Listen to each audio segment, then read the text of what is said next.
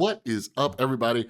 Bootman here, and we are back with another Marvel Snap video. And this Marvel Snap video is a little bit different because I'm going to be discussing 7 different books that will make you smarter when it comes to playing Marvel Snap. And who doesn't want to be smarter? None of you want to be running around like a big old dum-dum playing this game, snapping when you shouldn't, staying in games when you should have retreated. And I guarantee these 7 books will make you a lot smarter. All right, but before we get started, if you are new here, hi, my name is Chris, aka Bootman. If you love Marvel Snap as much as I do, make sure you subscribe and ring that notification bell. I love discussing the game, different strategies, different decks, cards, builds, and I try to make content that's a little bit different. Name one other Marvel Snap YouTube creator who's made a video about 7 books to make you smarter at the game. You can't do it, so make sure you subscribe, join this awesome community. All right, and quick announcement in case you missed it in the last video, check down in the description, the Discord server is up. I've been promising it for a while, it is now up. Come join the community, we'll chat, we'll hang out, and toss around some deck ideas. All right, and we're trying to hit 5,000 subscribers by the end of the year, so if you're new, just hit that button and join us. Let's hit that goal.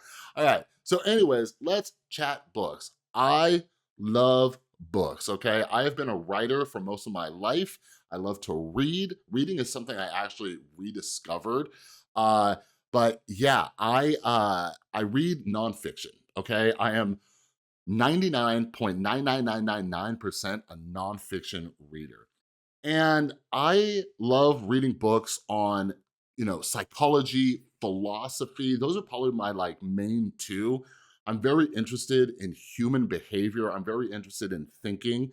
Um, I I know how difficult people can be and irrational the world can be, so I try to read books not only to better understand myself, but to better understand other people. These are kind of the goals I have when I'm reading, all right? So I love reading so much that I read hundreds of books a year. This is my Goodreads. I'll link my Goodreads down below if any of you wanna follow me. But yeah, like last year, I hit, how many books? 384 books read in 2021. This year, I've been listening to a lot more podcasts. I've been watching a lot more YouTube videos, so my time's kind of being spent up in other ways. But this year, I'm at 241 books. I might be able to hit 250 by the end of the year. I don't know, but there still is a crap ton of books. All right. So, and if any of you are wondering, because I always ask, my key is audiobooks. And if you're one of those chumps out there who's like, well, audiobooks technically aren't reading, well, any way that the information gets inside your brain, which is the purpose of reading a book, who really cares? I don't care if you inject the books into your veins, as long as you're soaking up the knowledge, all right? So I do audiobooks. If any of you have heard me say this in different deck check videos, I listen at two times speed. It's something I had to work up to, but I always have audiobooks in my ears when I'm doing chores around the house, like cooking, cleaning, when I'm driving, when I'm at the grocery store, always have books in my ear. That's the only reason this number's so high. It doesn't matter how many books you read in a year. Read what you like, do your thing. I just wanted to break down kind of my thing when it comes to my books, all right? So before we jump into the books, one more thing. Some of you knew this already, but I have a Substack. It's therewiredsoul.substack.com. I'll link that down below. Every single week, I do a weekly nonfiction reading list. I post about it on Twitter and my Instagram and stuff like that. But anyways, I do little reviews of all the books I read every single week. So if anybody wants to check them out. I don't do huge long reviews. Like, look at this, it's just like a few paragraphs. So I just kind of keep it short and sweet, let you know if I liked or didn't like it. I understand how subjective books are. So I just kind of give you my opinion on it and let you know like, hey, if you're into this sort of thing, you might want to check it out. All right. So follow me on Goodreads, subscribe to my Substack if you want book recommendations every single week. But let's dive into 7 books that will make you smarter at Marvel Snap. Guaranteed. Like, not just Marvel Snap. These books will make you better at life, okay? You'll stop being as irrational. It'll help you interact with other people a lot better. It'll help you with decisions that you're making because all these books are really about decisions, okay? Decisions and thinking rationally because our brains are just prone to biases, heuristics, cognitive distortions, just so many thinking errors. When you become more aware of them, you will become a smarter person, I promise you. And that carries over into Marvel Snap. All right, first book up on the list, Thinking Fast and Slow by Daniel Kahneman and Amos Tversky. Look how many reviews this had. This is the book. Um, I, I'm tempted to say if you could only read one book on this list, read one of them. That's not the case. This is actually a book that I didn't read until later. Probably every book on this list will reference this book. Daniel Kahneman is a Nobel Prize winner, okay? So back in the day, economists, they thought that we are rational human beings, all right? We make decisions based on self-interest. We'll do anything that gives makes the situation better for us, and that's not the case, okay? So there's things like, the ultimatum game and all these different games that they play. And Daniel Kahneman and Amos Tversky, they did so many experiments where they show like people will harm themselves if they want to hurt the other person, right? Like in like the ultimatum game or the dictator game, which they discuss in this book, you'll see that people will forfeit some of their own money just to spite somebody else. We are not rational people. But the only reason why I say like this isn't like, if you could only read one book, this book is extremely long and and like kind of boring. All right. If you're interested, it'll keep your attention. This is my favorite subject in the world, but it took me forever to get through it. Like, I'm just like, this is so boring. All right, it's 514 pages, but mainly Daniel Kahneman's like, and Amos Tversky. Amos Tversky passed away, so sometimes people don't reference him as much. He passed away, I think, before Daniel Kahneman got the Nobel Prize.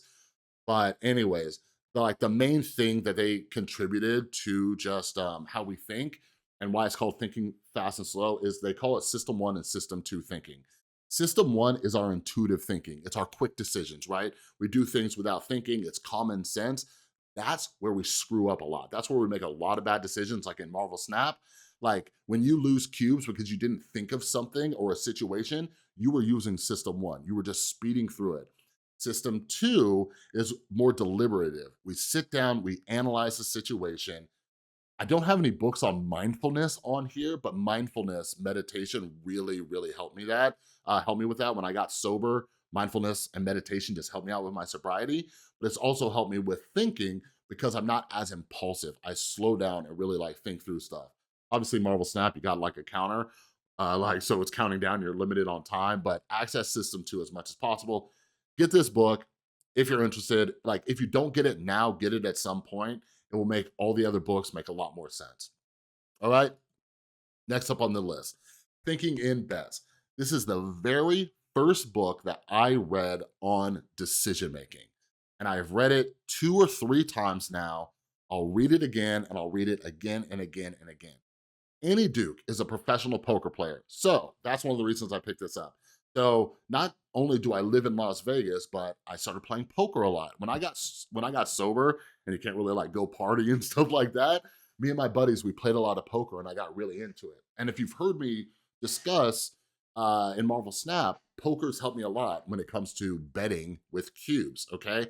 So Annie Duke is not only a professional poker player, but she also has like a degree in psychology. I can't remember if it's like a master's or something like that. So she's written books and she kind of blends it in with poker, which is perfect for you if you're trying to get better at Marvel Snap.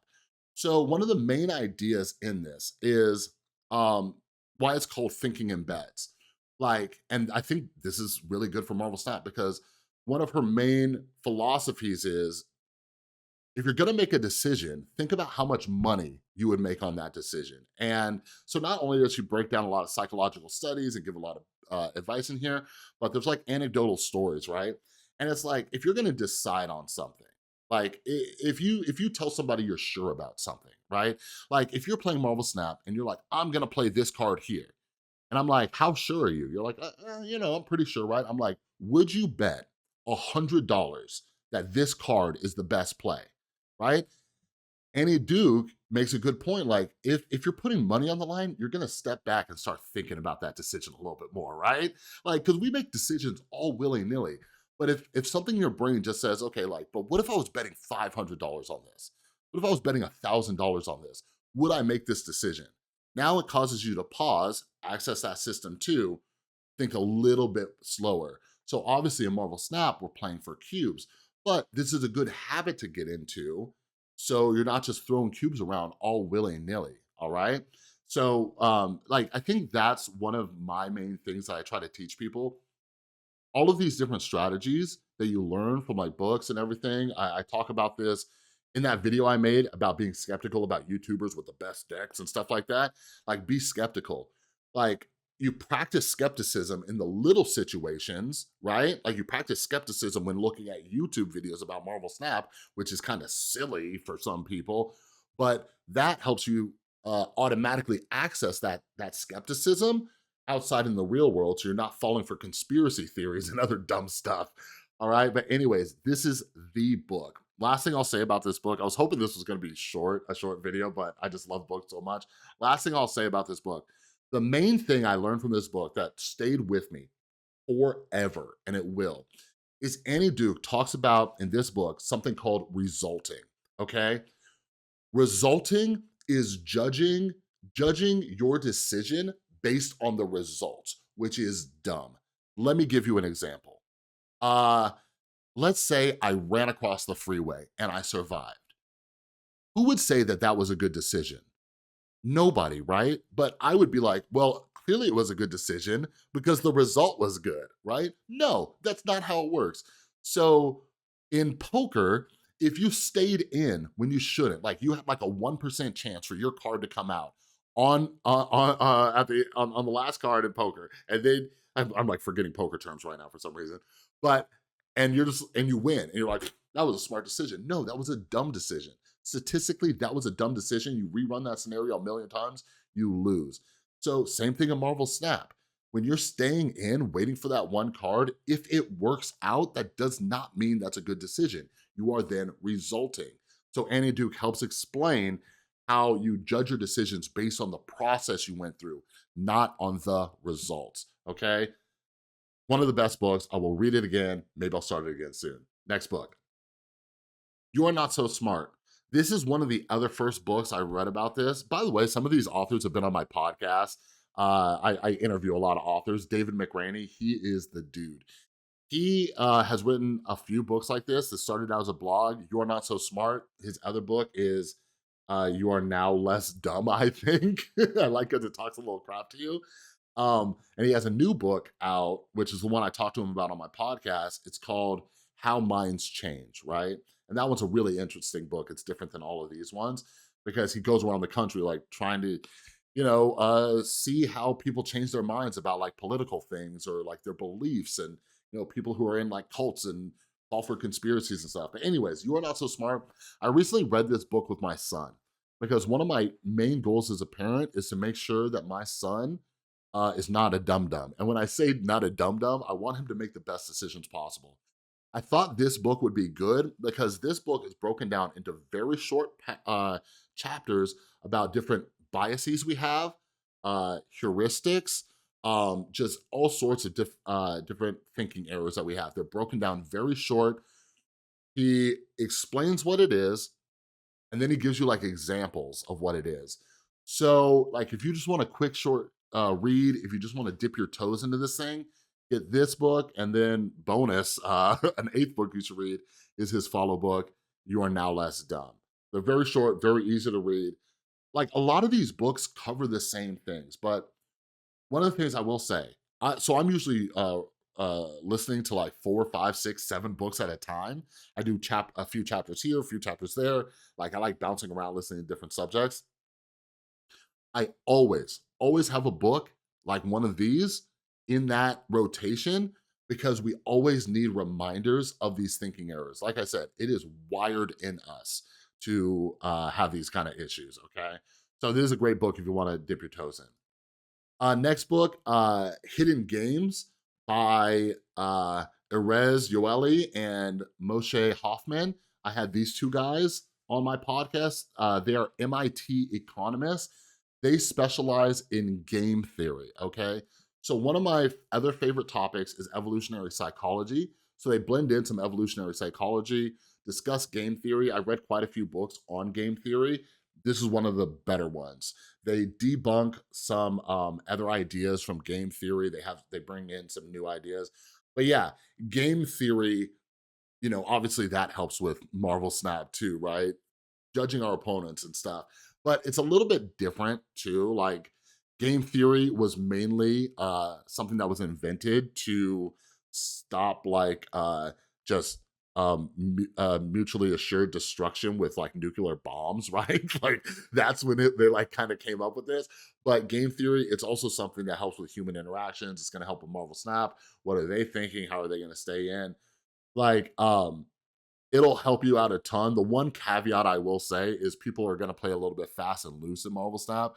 If you're just playing some YOLO player who snaps on the first turn, it's going to be kind of hard to get inside their mind with game theory. But it will help you with your own decision makings and how things work and why you're staying in when you should and all that stuff.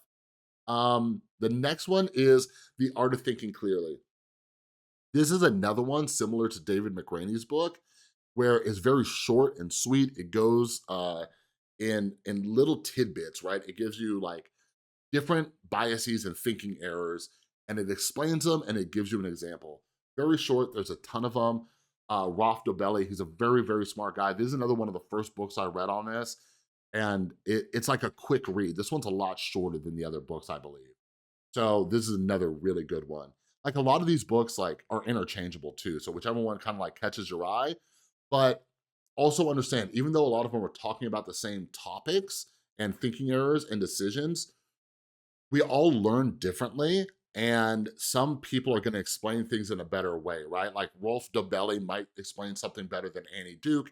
Annie Duke might explain something better than David McRaney. David McRaney might explain something better than Rolf Dobelli. So I'm always reading these books because sometimes like there's so many topics that I'll hear about multiple times, and then finally I read a book and I'm like, there it is. Now it clicks. You know what I mean? It's like finding a good teacher or a teacher that connects with your learning style.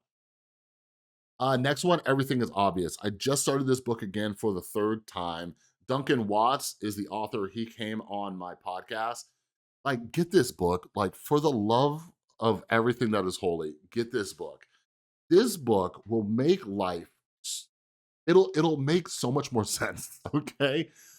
So Duncan Watts, he is a sociologist, right? And this book will humble you, okay? He debunks the idea of like common sense, and there's so much in there. This is kind of like a hard pill to swallow, but this book will help you understand that everything isn't obvious. A lot of us are using hindsight bias, and unfortunately, I hate to tell you, but so little is predictable, and this world is just chaotic and you can't guess. So for example, let me give you an example right here, and it's something that he discusses in this book. All right. So Harry Potter being one of the best-selling book series of all times, okay? People can look at that and say, well, yeah, of course it's a good book or a best-selling book. It was written, it has everything that kids love, and you'll break down all the little things from Harry Potter. I've only read a few of them. Forgive me if you need to, right? And like, of course, right? Well, J.K. Rowling, that book was passed up on multiple times. So clearly it wasn't obvious. But then you also start to think about how many movie studios are out there? How many book publishers are out there? How many people are out there who are getting paid millions of dollars to put out the best things, and they're wrong all the time, all right? Like think about it. They're getting paid millions of dollars to do this. If they were that good at picking books, movies, TV shows, songs, right? Like, they would do it all the time. But there's massive book failures, there's massive box office flops, there's songs that just suck and never catch on. Things are random, all right? One of the famous studies that Duncan Watts and his team did is a study with music. So basically they gave people something kind of like Spotify, and what they did was they showed people a different playlist of songs from like not really known bands, and they had people rank them, okay? And it's like, okay, well, the number one song. Of course it's great. Of course it's gonna be great, right? Well, then in a separate study, what they did was they gave them the list of songs, but then they altered how many downloads each song had, right? And what they found was, since we're irrational people and will be drawn towards things that other people like, you know, the wisdom of the crowd, the songs that they showed as being the most popular got more popular. This is something called the Matthew effect. So anyways, a lot of this is just luck or based on human behavior, and like maybe the best song is down at the bottom, but something just happened to catch on and stuff. But anyways, this book also really helps me as a content creator. It reminds me that things are random, opinions are subjective. At any moment, something can go really well or not, and it's not necessarily because what you created is bad. So in the case of Marvel Snap, not everything you're doing is wrong, not everything you're doing is right. The game has RNG, okay? But this is a must-read book. I wish everybody would read this dang book, all right? The last book on the list, what? Second book from Annie Duke. She actually has three. This is her newest book. She sent me an advanced copy of it, but it's out now. And look at the name of this book. Quit: The Power of Knowing When to Walk Away. A lot of you have told me you got problems with cube management, all right? This book will help you, okay? I think this is one of the most important topics. When I found out Annie was writing this book, I was like, thank God. Because obviously in the case of Marvel Snap, when do you, like Annie Duke specializes in decision making and stuff like that, but when do you walk away? When do you retreat?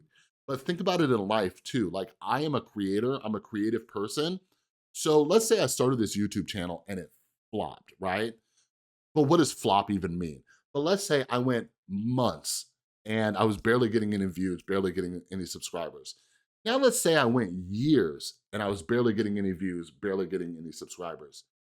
When do I quit, right? When do I walk away? Because some people, they'll be like, no, no, no, this next one's gonna be the big one, right? So there aren't many books out there that tell you when you're supposed to stop. So like, think about it, like, when do you leave a job? When do you leave a relationship? When do you decide that this thing that you're investing in isn't a great idea? All the books that I've mentioned, a lot of them will mention something called the sunk cost fallacy, which is when we invest in something that's losing, and then we keep investing in it because we've already sunk so many costs in it, rather than just walking away and losing what we already lost. Rather than doing that, most of us just start investing more, right? Like in the context of Marvel Snap, let's say you snap and you're like, well, I already lost 2 cubes, might as well lose 8. No, that's the sunk cost fallacy. 2 is less than 8, walk away with losing 2. Anyways, this is a great book, a great topic. I'm so glad it came out. The reason I added this book on the list is because it just popped in my head the other day and I'm like, I need to read it again. This book just came out when? October, and I already wanna read it again. That's how helpful this book is, okay? So those are 7 different books that'll help you become a better Marvel Snap player.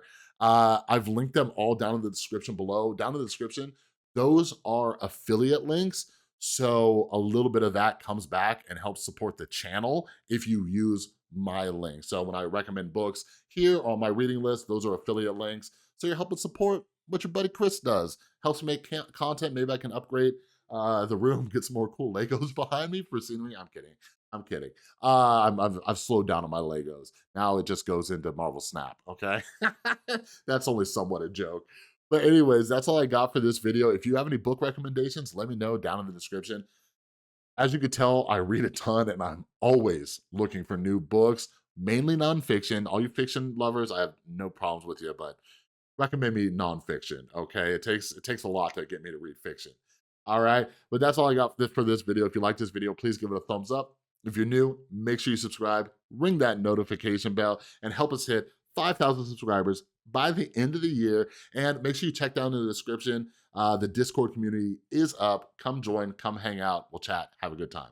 All right, I got one more video coming out for you today. So until then, have an amazing rest of your day, and I'll see you next time.